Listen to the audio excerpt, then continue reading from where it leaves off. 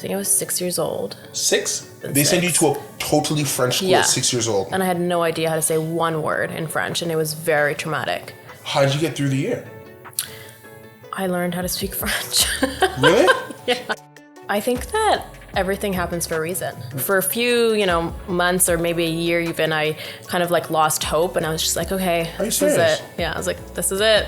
I would go with my mom to her Botox and filler appointments. Yeah. I loved my mom's injector, and I'll say like her name is Nurse Michelle, and till this day, like she's the one who inspired me to like change my route. Wow. And and I was like, I think this is it. I remember the first time I made $1,000 in one day. I was like, oh my God. Game on. I was like, $1,000? I've never had $1,000 ever. I love so hard, but I hate even harder. And there's no like in between. Yeah. There's no in between for me. When I'm in the trauma, when I'm dealing with the trauma, it's a lot. But then when I come out of it, done. Welcome, everybody, to our next episode of the UnLinear podcast. I am so happy to be sitting here with one of the most accomplished in her field, one of the most known in her field, and literally perhaps the life dream of many who exist in your industry. Thank you so much, Nurse Yara. That's so nice. For sharing time with us here at UnLinear. How you doing? I'm good. How are you? Fantastic. I'm fantastic. So, at UnLinear, obviously the goal is we don't necessarily want to do a by the numbers interview. We always want to feel like we're going from two distinct points in somebody's life. So now, highly successful. Are you still working on multiple locations, or do you just have the one at the moment? At the moment, we have the one. We're currently working on a second.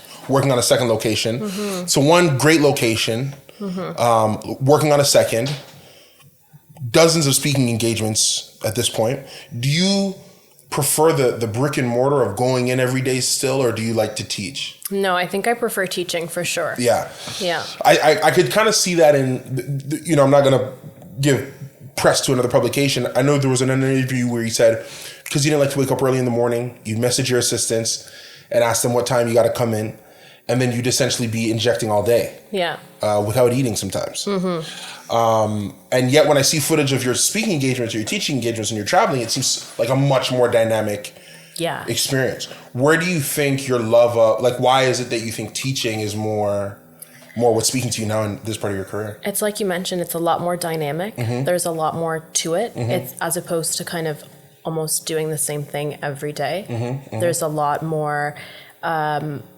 I'm fulfilled every day by what I do, obviously, but I think there's a lot more fulfillment when you're teaching someone else how to do what you do and be inspired by you. I think inspiring others has always been something that I loved doing. So that's why I think I enjoy it a little bit more. Mm-hmm. So let's start at the beginning. So where are you born?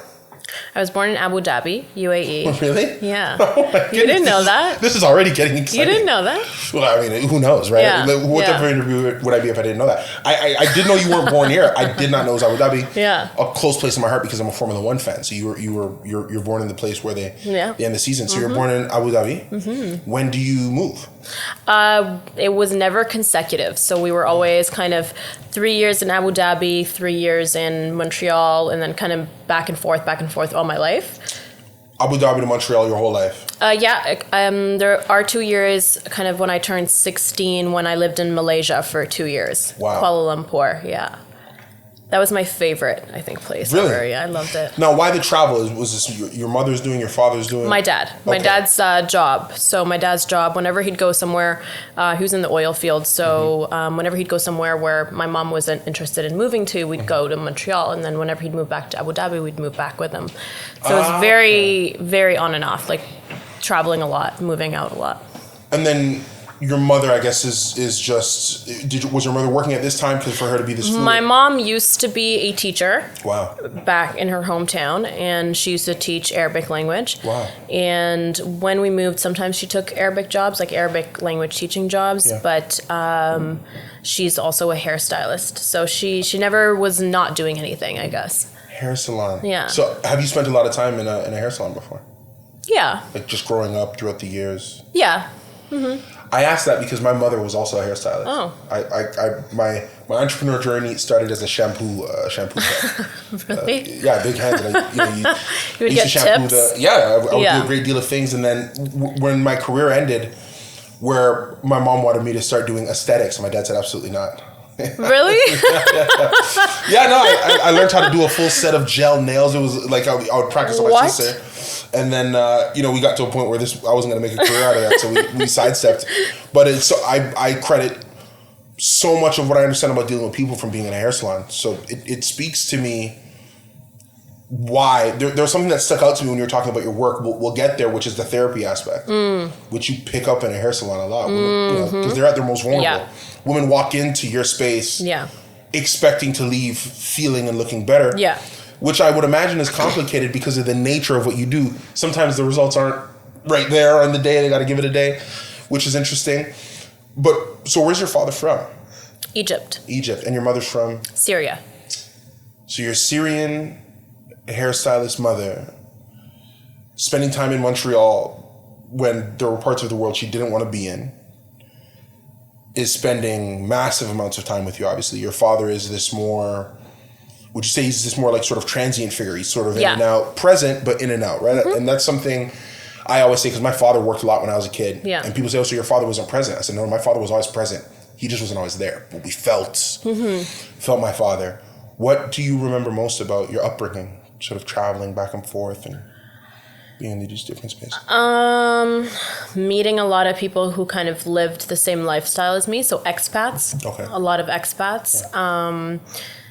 Obviously, learning to kind of let go and then starting over again. That was a big thing, because we moved around a lot. So it was like unexpectedly, we would just be like, 6 months from now, we're leaving. Okay. Yeah. I think that's what I remember. I do remember, obviously, like different schools and things like that. But we always tried to keep the same program. So like, for example, GS, I don't even know if I'm going to say this properly, but the British program. So we always grew up in schools who had British program education. So it was kind of linked properly. Okay.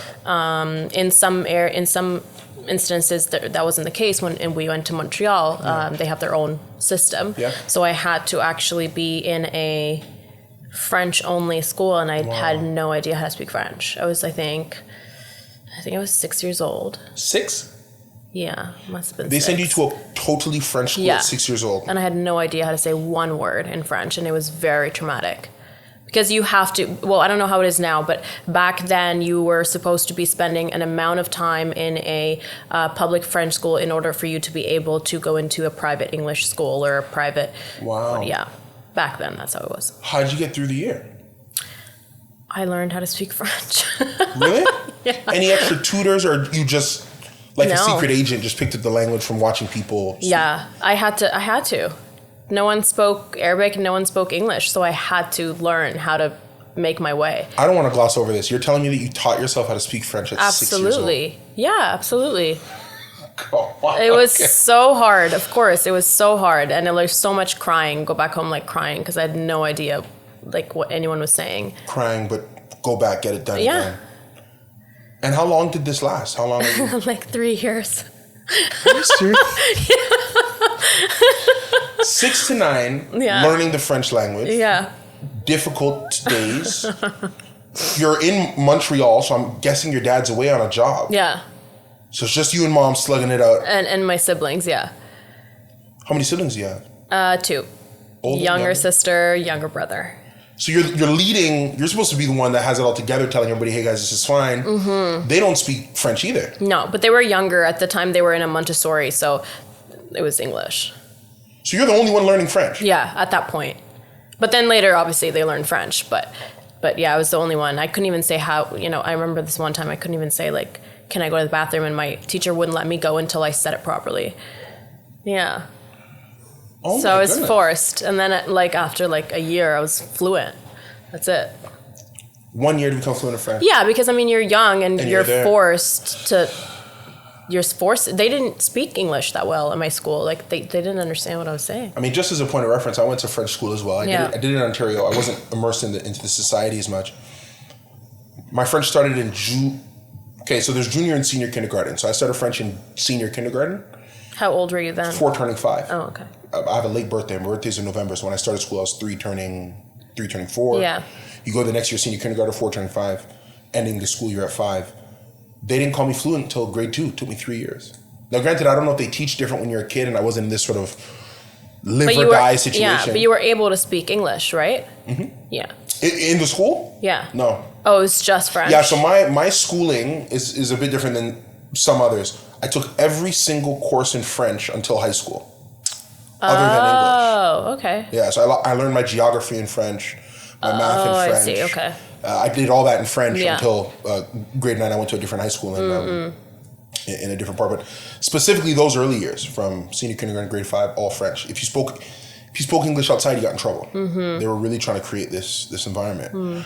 And that same thing, if you don't say, can I go to the bathroom properly, they leave you there. Where did your love of science start? I think I always loved science. I always loved math and science. Like really? that was a big thing. Math and science were my favorite topics in school. Okay. And yeah, it was always where I excelled the most, I think. So I ask about science because it should be well known for those who follow, but we'll say it for the audience. You originally wanted to be a neuroscientist. Mm-hmm. And I would tell the story, but I want to hear you tell the story. How does that change and when? I would go with my mom to her appointments, like her Botox and filler appointments, and she was new to it, and so was I. I didn't really know much about that world. Yeah. And I went to 1, I went to 2, and I think at the second appointment, I loved my mom's injector, and I'll say, like, her name is Nurse Michelle, and till this day, like, she's the one who inspired me to, like, change my route. Wow. And and I was like, I think this is it. How old are you when you meet Nurse Michelle and fall in love with this career?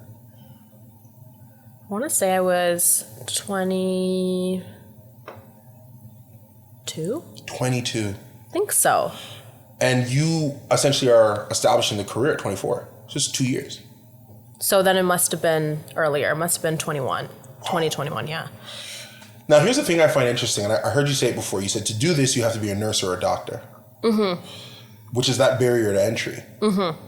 But that you love that part of this, don't you? Yeah. Tell me why.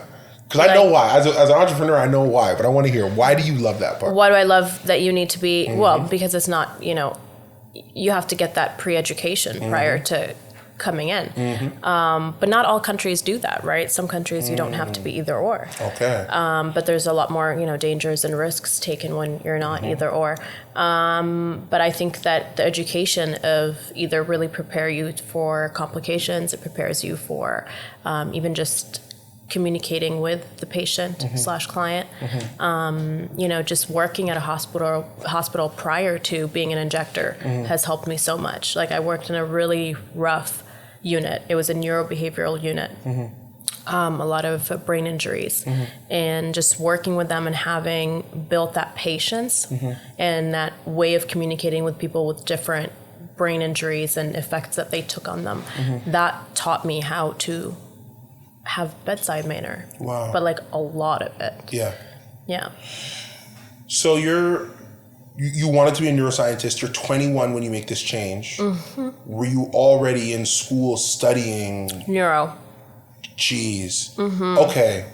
So this is where we're gonna this is where I'm seeing the patterns now. So you're 21. You've committed a few years to studying neuro. Mm-hmm. I was just starting off. Okay. Yeah. Do you think that there's something in this little girl who moves, is able to pick up, let go, is able to make quick decisions? It's something you've known your whole life. That makes it easy for you to sit there on that day, probably sitting with Nurse Michelle having a coffee and think, yeah, no, I'm going to switch it. Yeah, 100%. And you still have that with you today, this decisiveness, this ability to make a decision in the moment. Yeah, but I think I've learned from experience that I should just sleep on things. So do you think, being in business more now has made you less impulsive or more? I think less impulsive. But it's hard. Like certain decisions in my life I do make really quickly. Yeah. But other big ones I've learned to just sleep on it. Wow. Yeah. So where were you studying neuro? I was at U of T. Okay. And before that, I was in Cégep in Montreal. Yeah, Cégep, yeah. Yeah, I was in Cégep. So I was at John Abbott College, and I had applied to neuroscience, and I was starting my journey at U of T, and then I switched soon after. Now, when you switch, do you stay at U of T, or you have to switch to go somewhere else? No, I went to McMaster for nursing. Okay. Yeah. So how many years did you do at U of T? Oh, barely anything. There was a disconnect between Montreal and here because of CEGEP. Okay. I hadn't fully completed CEGEP, and I actually dropped out soon after because of something that happened to my mom, and I had to take care of her. So I dropped out. It was a lot of pressure, and so I actually at that point in time thought that there was like no future for me. So when you say you dropped out of U of T, or you dropped out of CEGEP? No, CEGEP. We had to move here, and I was like, okay, I'll move. Yeah. And I'll figure whatever I need to do in Toronto to continue those whatever grades or whatever that I was missing in order to apply to U of T. And I did, and I got accepted. But it was during that transition where I was like, I just dropped out, and my sister just graduated from CEGEP, and it was like, and she's younger than me. So for a few months or maybe a year even, I kind of like lost hope, and I was just like, okay, this is it. Yeah, I was like, this is it. So you're 21. So this meeting with the nurse is helpful because you're 21. You don't know what you're gonna do. No, I was admitted, and I knew that that's what I was gonna do. I was admitted. I was so happy about it, and then I was like, wait a second, no. This thing that happens to your mom, we're not going to get into it, but I'm assuming your dad was away at this time. Yeah. And I guess it's something where he wasn't able to return. Yeah, and actually they didn't even know about it. It was just me. It was a lot. Yeah. It was just me who knew about it. So it was like a little bit too much, and she didn't want my siblings to really know what was really going on, and so it was just me. How do you feel about that, thinking on it in hindsight? I think that everything happens for a reason. I think that everything happens for a reason. I think there's a reason for that. Yeah. And I mean, I wouldn't have been where I am now if I didn't go with her to her, appointments. It's so interesting because one thing I see about the way you handle work pressure, I can tell it doesn't faze you. But it's sort of being marked by these. Look, they say that moving when you're a child is a trauma. It's supposed to be because it's uprooting your basis. Not necessarily knowing what next steps you're going to take in your early 20s is also a trauma because you're leaving structure. But what I'm seeing is that you're looking at these trauma moments and you're speaking about them all positively. Yeah. Without side steps, without any slips, hesitation. Your relationship with difficulty, how much of that, wow. It is because it's these are the characteristics that keep you going. This is where you say, hey, we have one location, we're doing another one, I'm teaching. Because trauma doesn't scare you. So I think you learn from it. I think you learn from it. But like in the moment, it is hard. Like in the moment, it is hard. Because I always say, like, I love so hard. I shouldn't say the hate word, but I hate even harder. And there's no like in between. Yeah. There's no in between for me. So when I'm in the trauma, when I'm dealing with the trauma, it's a lot. But then when I come out of it, done. Do you sit in these trauma moments for a long time, or do you find it easy to pass in and out of them? No, I go in and out. Wow. Yeah, I go in and out. But I try to see, I've like recently also just, being older and stuff, I kind of look at the positive or what I'm going to learn from it. And sometimes I'm like, oh, I'm waiting to see what I'm going to be learning from this one. Like, what am I supposed to learn? But eventually you find out what you're going to learn from that trauma. Wow. Yeah. Okay. So we're coming off this place. You're there for your family. You feel this pressure to make this transition to Toronto work. You mean like when I because you're coming to Toronto? Yeah, you're moving to Toronto. There's stuff going on with your mother. Your little sister's graduated. You're the oldest one. There's this, not secret, but there's this reality that only you and your mom know. Yeah. So you have to, you're an anchor for her. You're holding space for her. in all honesty, there's not many places that can hold space for you in that place because you can't confide in anyone else. And at the same time, you also got to figure out what you're going to do next. Yeah, but I think I put that on hold, like to take care of things. I just put that on hold, and I was like, whatever's meant to be is going to come to me, and I just put that on hold for a bit. So how'd you decide on going to McMaster? When everything with my mom was cleared, everything was good, I guess I was inspired by, both obviously Nurse Michelle, but also I was in and out of the hospital a lot. And I was very inspired by the care, I guess. Which is where you talk about that bedside manner. Yeah. I was very inspired by the care and curious because I looked into a lot of like health related things and, I was very, very inspired. And then even, Cégep, I was in health sciences. So it never, wasn't part of my life, but. So this natural desire to care for people. Yeah.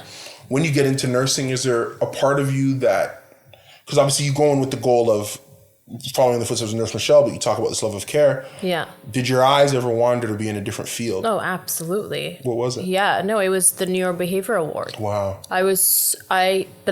I think I got a little too attached to my patients and I would bring it back home. Okay. And I looked forward to like seeing them again. And I looked forward to like having conversations with them. And I think I saw that other nurses that were in my unit, not all, but some, it's very easy for them to detach. Yep. And not be so take it back home kind of thing. But I didn't. So I don't know, sometimes I thought that was like a problem. That was a problem with me. Like there was an issue and I just got too attached to my patients. A huge part of me before I left was like, but I'm not going to see so-and-so again. Yep. Like I'm not going to see, room so-and-so. Like, yeah, it was just. I'm going to throw one out there for free. I don't think it means anything. I think it's interesting that a woman who grew up in a world where she had to be comfortable with detachment. I know. Saw her ability to attach as a problem. Now, I'm no psychologist, but I think that there's a podcast episode in that one by itself. The attachment's what scared you. Yeah. You think about the story. Yeah. It's interesting that we end up there, but we go to McMaster, we graduate. What's the first step after leaving back?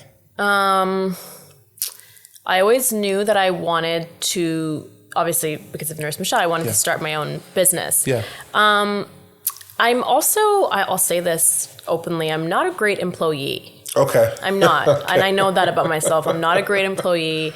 I don't get into trouble, but I'm just not a good employee. You got to operate your own schedule. So I knew that I needed to do something where it was just me and no one would tell me when to come in. And I didn't have set hours. And so at the time I met a partner who kind of had the same vision as me. Sure. And we went from there, and I was like, you know what? Like, I'm going to start, and I started out of my mom's basement. Wow. So you leave school. So this is impressive for those who are entrepreneurs or those who aren't. It is rare. A lot of people get to entrepreneurship after being an entrepreneur for a little bit. You graduate out of school and you start off. Yeah. Your name on the wall, your name on the door, your face on the brand. Because any partner who comes in who believes they're helping maybe financially, they're helping structure-wise, but you're the brand, you're it. Yeah. And that's how you start your career. Mm-hmm. And I started out, we did skip something out. When I was studying, when I was in nursing, I was actually a tutor as well. And I was doing that on my own time.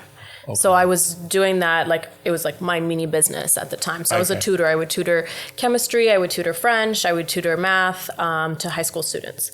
So so I would go around my area and tutor. And I think that taught me something or two, a thing or two for sure. And back at Cégep, I actually started the very first cheerleading team. Really? Yeah. You were a cheerleader? Yeah, but I started the team. I was like, you know what? I'm going to start the team, or I'm not going to be on it. So they had a team of like 4 girls, and I was like, what is this? I want like 30 of them. Yep. And so I went in with a proposition, and I said, listen, like I'm gonna handle this. Yep. And I'm going to take it from here. And I started a team, and we had like 30 girls. This was like 2011. Wow. And that taught me a lot about leadership. Being in charge of 30 girls was intense. And being also a cheerleader on the team at the same time, that taught me a lot. Yeah, and this is all in Montreal. Yeah. Managing a team of 30. So now... Yeah, John Abbott cheerleading team. 2011 was the first one. Is the cheerleading team still around? I think so. Oh, come on. Okay. Yeah. So you are, I just want to make sure we say this, no hyperbole. You're the founder of John Abbott cheerleading team. Absolutely. There's newspaper article about it.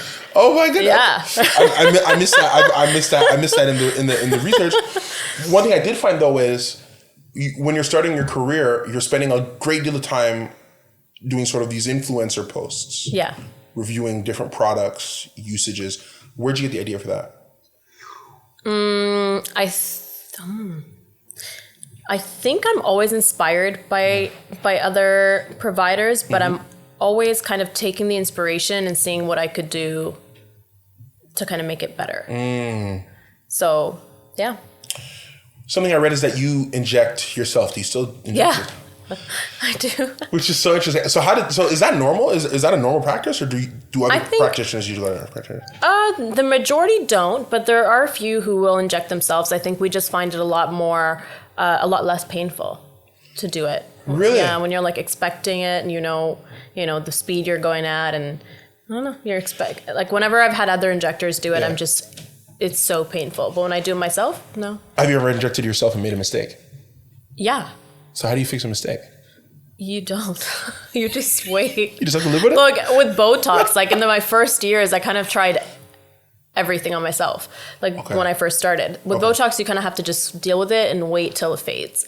With filler, you can just dissolve. So I've dissolved a few times and had to kind of just go in again. But now I know what looks good on me, and I know what I do, and I know my limits. Yeah. So it's so interesting. One thing that when I was looking at my research, apparently you're known for dissolving the best.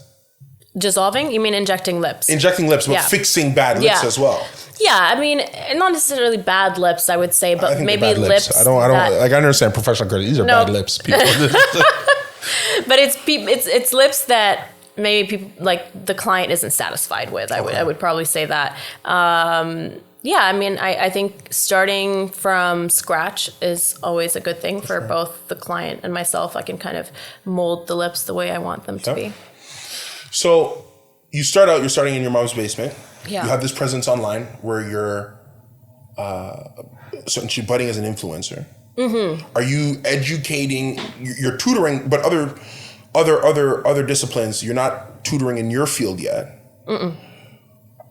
And in your mom's basement, you're 24. Yeah, around there, yeah. She started at 24. Mm-hmm, 24, 25. And we're not going to date it. You never ask a woman her age. But I will say this. The average business, they say, lasts 5 years. You ticked over 5 years with success. Yeah. I think you're halfway to 10 years, if I'm getting it right. All right. Yeah. So it's a great run. What would you say was the hardest day? The hardest day? Yeah.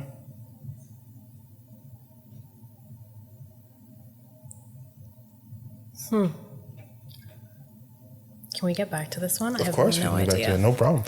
No problem. There's been a lot of rough days, but I don't know the hardest one. Well, I think like sometimes a hard day is, whether it's with a client, whether it's with a work partner, whether it's with doubt. Have you ever doubted if you could do this? You ever had a bad client review and it puts you in a bad headspace? Oh, yeah. So what was that like? Like the first few bad reviews, you're always like, shit. Really? You're always like, shit, maybe I'm like going downhill. Maybe I'm like losing my mojo, Really? So do you still look online at these comments or do you just rely on that sort of word of mouth from the people that come into the store? My staff keeps up with the reviews. Wow. And they tell you? Sometimes. If it's really just, they know I don't, I won't care. They won't tell me. But if it's something extensive and it's they'll tell me. But I mean, definitely the first few bad reviews or first few unhappy clients, you're just what am I going to do? But ask every business owner this. Did you make money your first year? Yeah. Cash positive. Did. There you go. Yeah, I did. Actually, I remember my parents probably putting in about $5,000 and my partner at the time putting in maybe 5 to 10. Yeah. And we saw how much it just tripled in no time. Whoa. And so that's when I decided, this is what I'm supposed to do. I'm going to go for it, yeah. Yeah, I'm going to go for it. So you got the bug first month, first set of clients, and I'm taking this road. Yeah, like I remember the first time I made $1,000 in one day. I was like, oh my God. Game on. I was like, $1,000? I've never had $1,000 ever. So your location's in Toronto at this time? Milton, Ontario. It was always in Milton? Yeah. So when you're in my mom's basement. Your mom's basement was in Milton? Yes. And then you make the decision to just continue to grow in Milton? Yeah. Was it hard not to want to go downtown? No, because I feel like at some point all my clients came from anywhere. They do? Yeah. And I think that once you kind of established yourself, clients will come from anywhere, because it's not like getting your nails done. Yeah. It's not like getting your hair done. You don't need maintenance. Yeah. You don't need, your maintenance maybe is once a year, twice a year. Yeah. So people don't mind traveling the distance. Yeah. So I never really thought about it, no. Have you ever fired somebody, bad nurse? Yeah. Yeah. Easy or hard? I've always been accompanied with someone when we were firing. Gotcha. But there's one time that I had to do it on my own, but it was a front desk admin. Oh, okay. Yeah. It was hard. Like, it was hard outside of the room. Really? Yeah. Like outside of the room, like other people that were there, like could see like how nervous I was. Mm-hmm. But then once I was in the room, I just had to like poker face and just repeat the same words. Yeah. So you're in Milton. How many years do you spend in the basement before you go to the location that... I think I was in the basement for like 6 months. And then the location that I know, so I know a location. Is that the location that you went to? No, I was in an office and I rented, it was a big office, and then I rented, it was actually not a big office, but it was an office, and the office had 3 rooms. Okay. I had occupied the 1 room. Yeah. And then as we grew, I rented out the 2nd room. Wow. And then I was like, hey, I'm going to split front desk with you because I need the front desk. Yeah. And then once we were occupying 2 rooms and front desk, I was like, okay, it's time to move. And then how long did that process take? From this, because I'm guessing we go from the office to where we see now. 2-3 years, 2 years and a half, something like that. I was in that place, yeah. So 2.5 years at the office, 6 months in the basement. Mm-hmm. It's a 3-year runway, and then you get the space. And now it's been 2 years in the space. It's going to be 2 years in the space. Is there a moment that you think was your big break? I know, because there's a convention that you do, and I'm so surprised you haven't mentioned it yet, but was that impactful to you, or was it not? Yeah, my first ever training seminar that I did on my own was lip trends. Mm-hmm. Big up yourself. Tell the people about it for those who don't know. Lip Trends is a moment in history. Yeah, Lip Trends by Nurse Yara. Mm-hmm. I got so many sponsors, and I did not even believe how many sponsorship opportunities I got, and we sold out the tickets in like 2 weeks. But I think that was so nerve-wracking to put them out on sale and like put myself out there, but not know if people were actually gonna buy the tickets. I was like, why would someone want to like train with me? I've been, in the business for this many years, and I look up to so-and-so, and then I realized so-and-so was coming to my training. And I remember like that made me cry, like going in to the where the presentation was happening. It was at the Hazelton Hotel in Yorkville, and going into that room and seeing how many people were there, and seeing people that I used to look up to and still look up to this day, seeing them watch me and trying to learn from me, it was just, I don't even know the word. Yeah. I know that you make it a point not to look at, what's the word you use? You don't look at what the lip injector is doing next door. Right? Yeah, absolutely. You're always focused on your own thing. Yeah. That head down. Yeah. Just, and I know that you're big on re-education. I know you did a lot of courses. I still do. There's always something you're going to learn. Do you think that you are aware of your success now? Because you're telling me that you get into doing, I just want to make sure everybody understands, you get into doing a sold out convention in which you are the star at one of the most expensive hotels in our city. And the tickets were expensive, and I was like, maybe I should, make my tickets a little less expensive. And you didn't know the scale of your own success at that time? Do you think you know it now? No, because I did another event Yep. called Contouring Around the Globe. Yep. And again, it was sold out. Yep. And covered by Slice, by the way. Shouts out to Slice. Yeah. So we killed it. We killed it as well in that event. But I still couldn't really, I guess, I don't know. People always ask, like, when do you feel like, you feel like, okay, I'm successful? Yeah. Like, when do you feel that? Yeah. I have no idea. I can't tell you because I don't have that feeling yet. So it's not a number. No. It's a feeling. It's not the respect of your colleagues. That's part of it. That's a big part. It is the respect of your colleagues. That's a big part.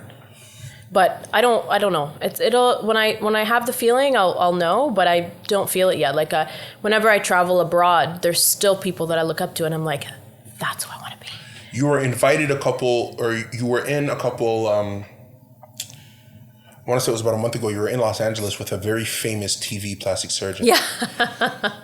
The respect of these individuals, there's nothing for you to sense your own abilities.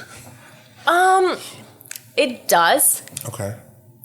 It does. I'm just stacking it up. It does. There's a blindness that you have to it.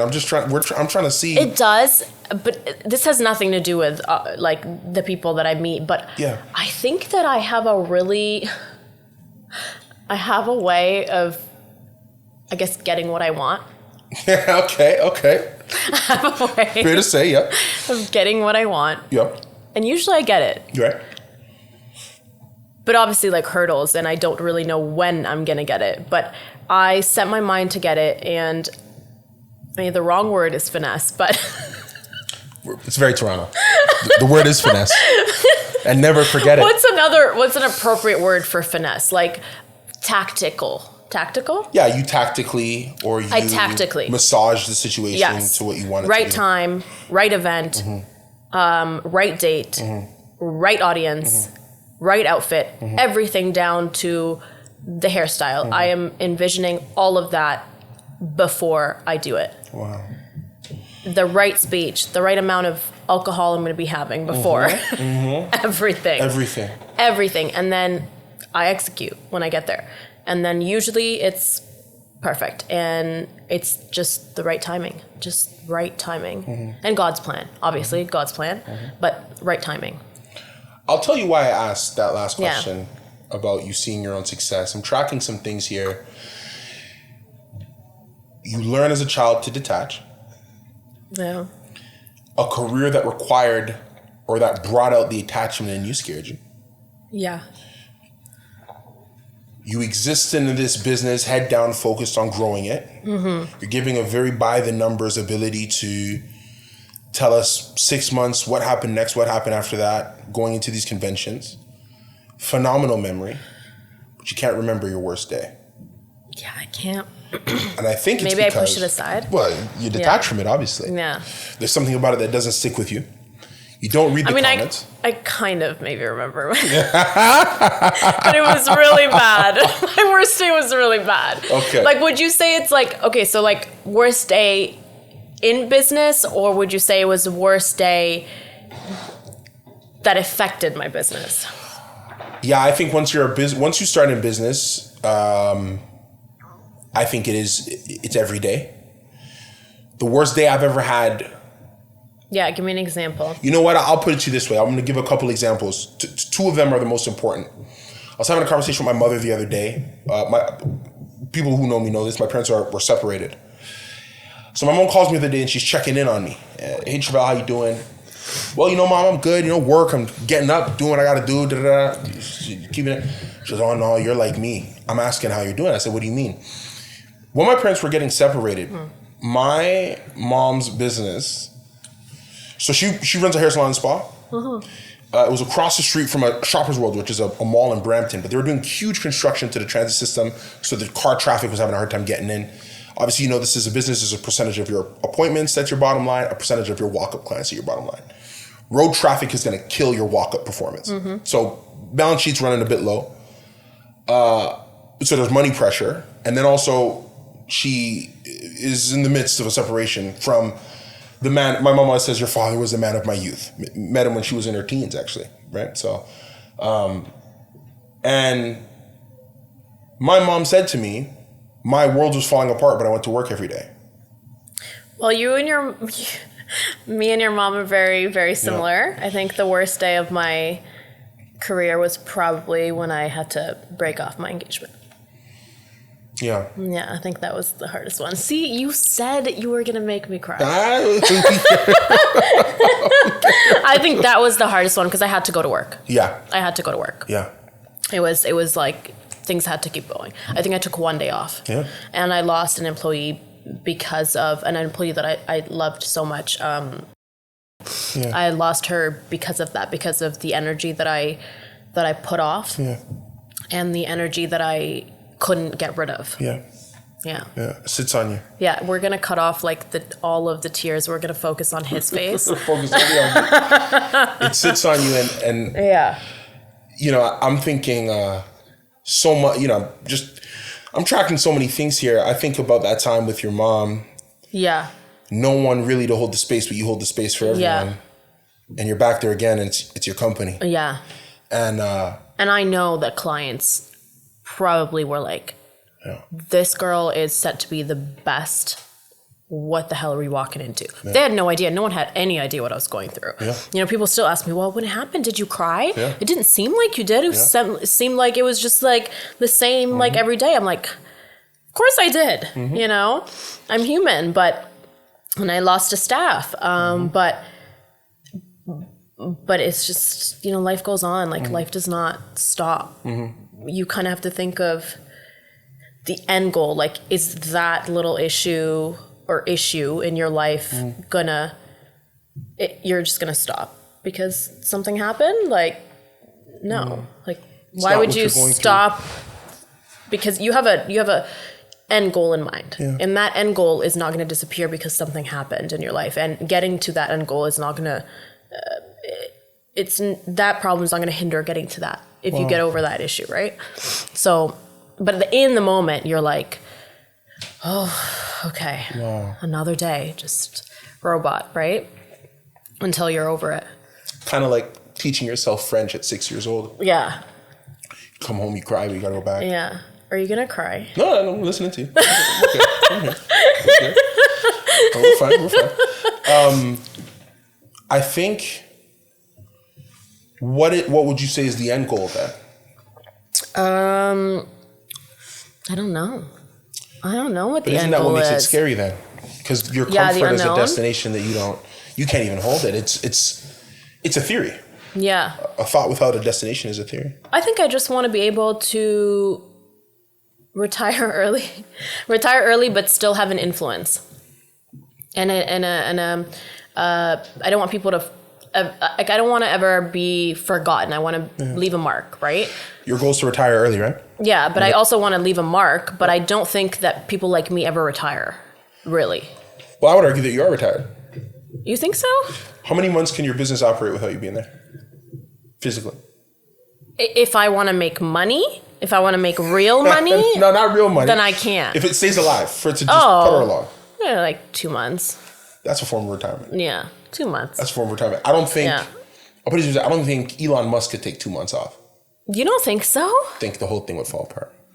But I think he sets up his businesses that way. I think he likes having to have. Yeah, but I feel like I would be losing a lot of money, the potential, if I left for 2 months. Like, potential would, and if I took 2 months off of if I took 2 days off of social media, I'd be like, okay, people are going to forget.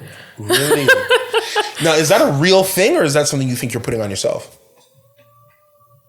No, because sometimes when I go off social media for a week and I posted something, like if I'm away or whatever, and I post something after a week, people are like, "Oh my God, she's back." You know what I mean? Okay. So I like that, but I think if you're away for 2 months, like I think that's a lot. That's a long time, especially if you're always consistent on social media, like, and then you disappear. Mm-hmm. And I make it a point to run my own social media. I don't hire anyone. Really? Yeah. All that's you, everything. Everything. I have my own camera. I know about cameras. I know about my microphones. I have a Rode. I have my own microphone. I have my own lighting. Oh my God. I set up everything and I do it on my own, and I even edit my videos and everything. You edit your own videos? Yeah. Okay, how much sleep do you need a day? A lot.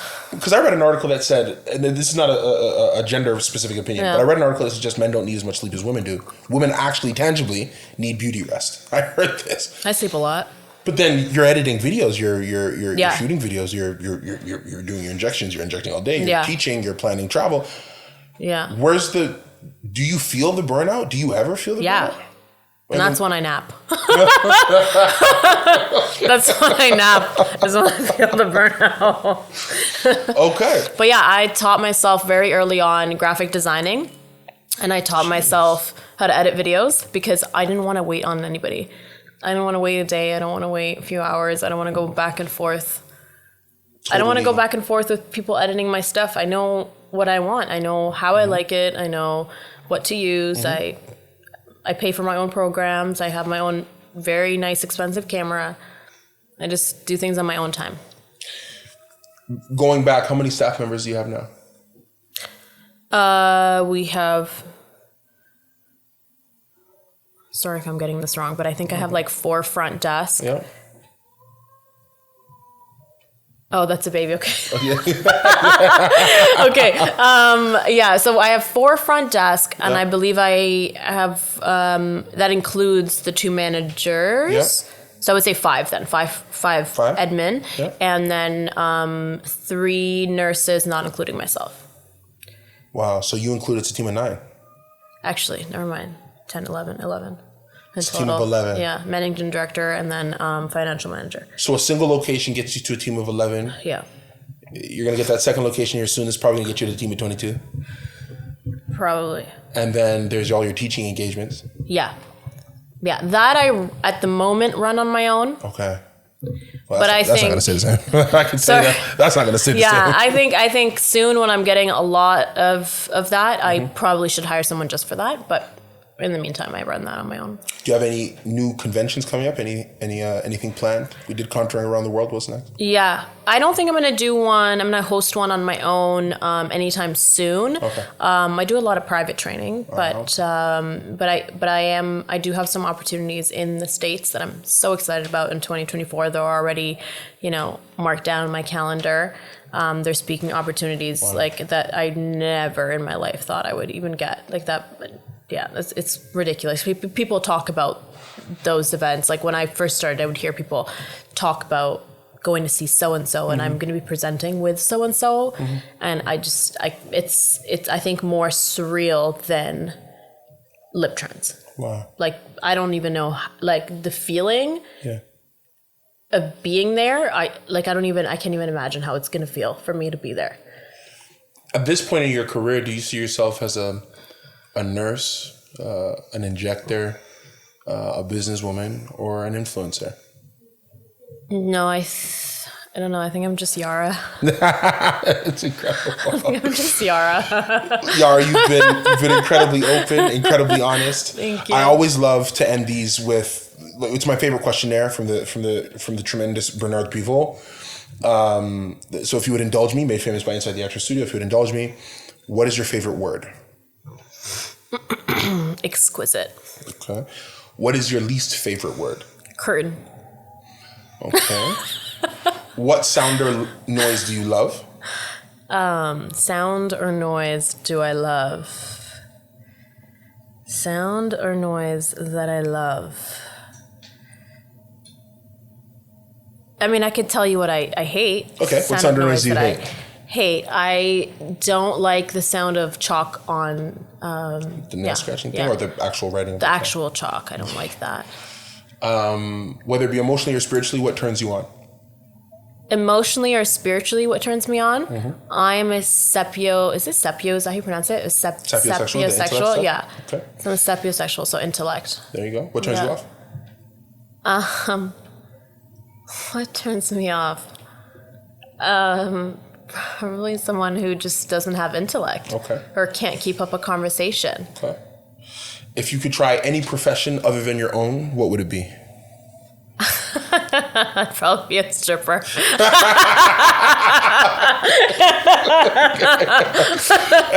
It's just a totally different world. Like it's a different world. Dramatically different. Very different. Different hours. It's a different life. It's completely different. Yep. So I would want to try a contrast. Okay. And then what career would you never want to try? Stripper.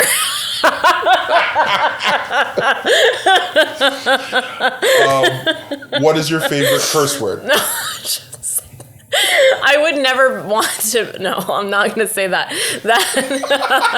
No, you could still put that in, but that's not the actual truth. I would never be involved with sewage. You never do sewage? I would never do sewage. Natural waste? Yeah, I'd never do sewage. Okay, that's fair. Yeah. That's fair. I don't think I would either. I remember a Popular Mechanics for Kids episode. I think it was Jay Bush. Yes, went down I watched that too. Yeah. I would never do that. Didn't like it. You didn't like it. What's your favorite curse word?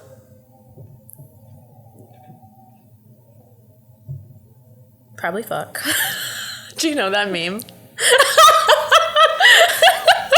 I don't have a favorite curse word. I don't really curse that often. Yeah. And finally, obviously, I know you're faith leaning, so I don't have to say it this way, but still, heaven exists. What would you want God to say to you when you cross through the pearly gates?